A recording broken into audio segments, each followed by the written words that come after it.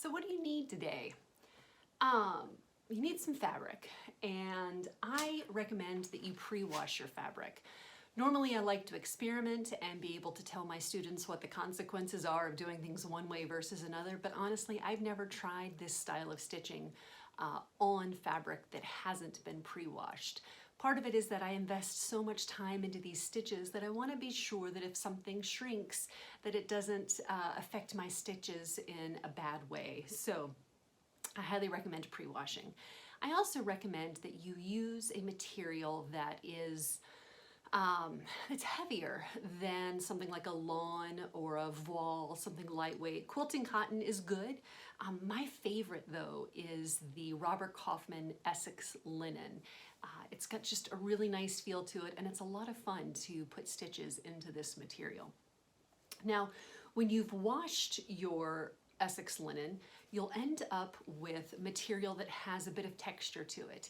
And you might find that no amount of ironing makes it as smooth as it was when it came off the bolt. And that's okay. I think that adds extra character and extra interest into the work. We will iron our pieces as we get started, but don't fret if your fabric comes out of the dryer with some crinkle to it.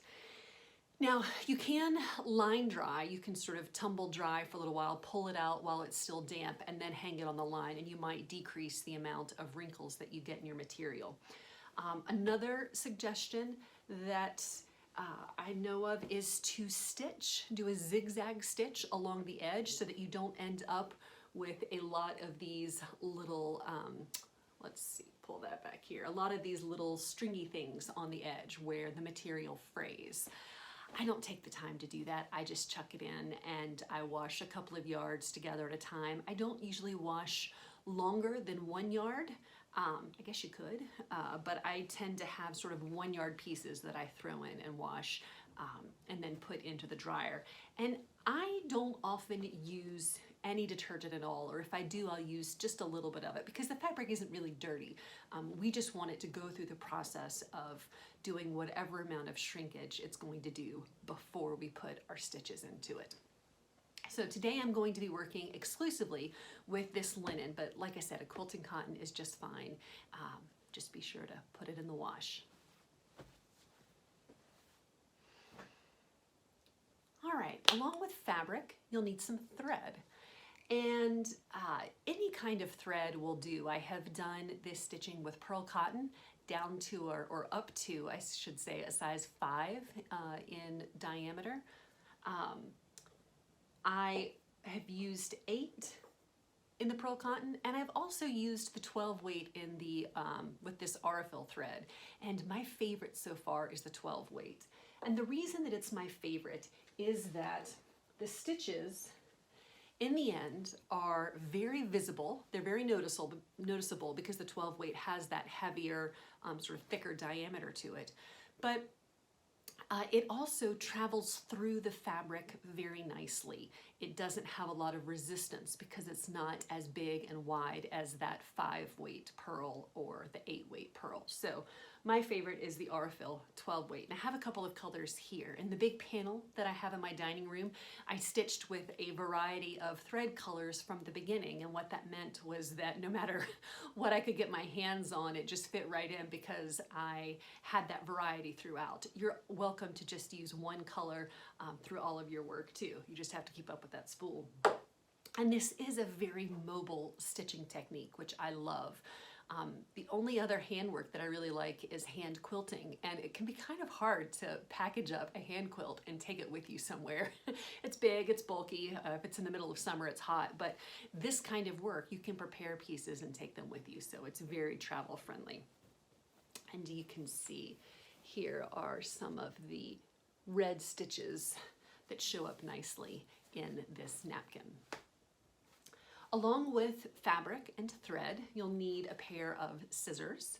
And I like to use clover clips.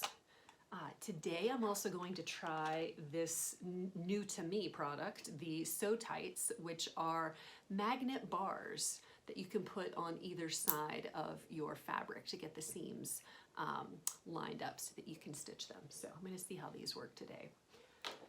And then needles. You need a needle to go with your thread. I tend to use whatever I can get my hand on and whatever the thread will, whatever has an eye that's big enough for the thread to pass through, because this is a little bit thicker. A chenille 24 is always a safe bet. It's always a good option for most of the hand sewing that I've done in relation to quilting. But I've also got random assorted needles that are sort of unlabeled around the studio, and I don't really know what they are, but if the thread will travel through the eye, it's good. You don't need something that's very long, because we're only going to be traveling very short distances. We're not going to be loading up a needle like you do with hand quilting. We're just going to be passing it through the seam again and again. So I don't recommend some of those long milliner's needle. But grab a chenille or grab whatever you've got and give it a try. Do some experimenting.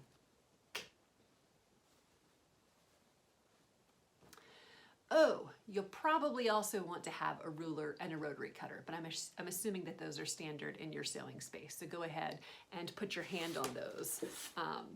I am going to be using my long ruler here, and then I happen to have a 28 millimeter rotary cutter, but 28, 45, they're all very good.